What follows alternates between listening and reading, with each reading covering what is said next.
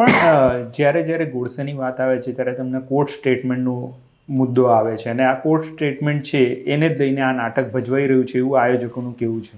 એમનું કહેવું છે કે અમારે ગાંધીનો વિરોધ નથી કે ગોડસે તરફેણ નથી, અમે તો આ કોર્ટ સ્ટેટમેન્ટ છે એ ખાલી કહી રહ્યા છે અને એનું નાટક છે. એટલે કોર્ટ સ્ટેટમેન્ટ શું છે? એટલે કોર્ટ સ્ટેટમેન્ટ મેં કીધું ને કે કોર્ટ સ્ટેટમેન્ટ એ કઈ સનાતન સત્ય નથી. એ સાવરકરે લખી આપેલું મનાતો જૂઠાણા, અર્ધસત્યો અને ઇમોશનલ અપીલનું એક મિશ્રણ છે. જ્યારે આપણે એમ કહીએ ને કે કોર્ટ સ્ટેટમેન્ટ છે ત્યારે સમજવું જોઈએ કે આ કોર્ટે વેરીફાઈ કરેલું સ્ટેટમેન્ટ નથી.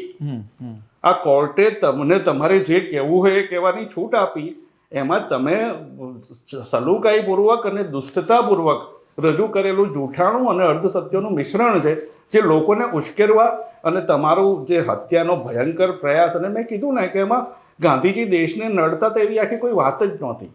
ગાંધીજી એમને એટલા માટે નડતા હતા કે અહીંયાના નિર્દોષ મુસલમાનો પર પાકિસ્તાનમાં જે થયું એનો બદલો લેવો હોય તો એમાં ગાંધીજી નડતા હતા.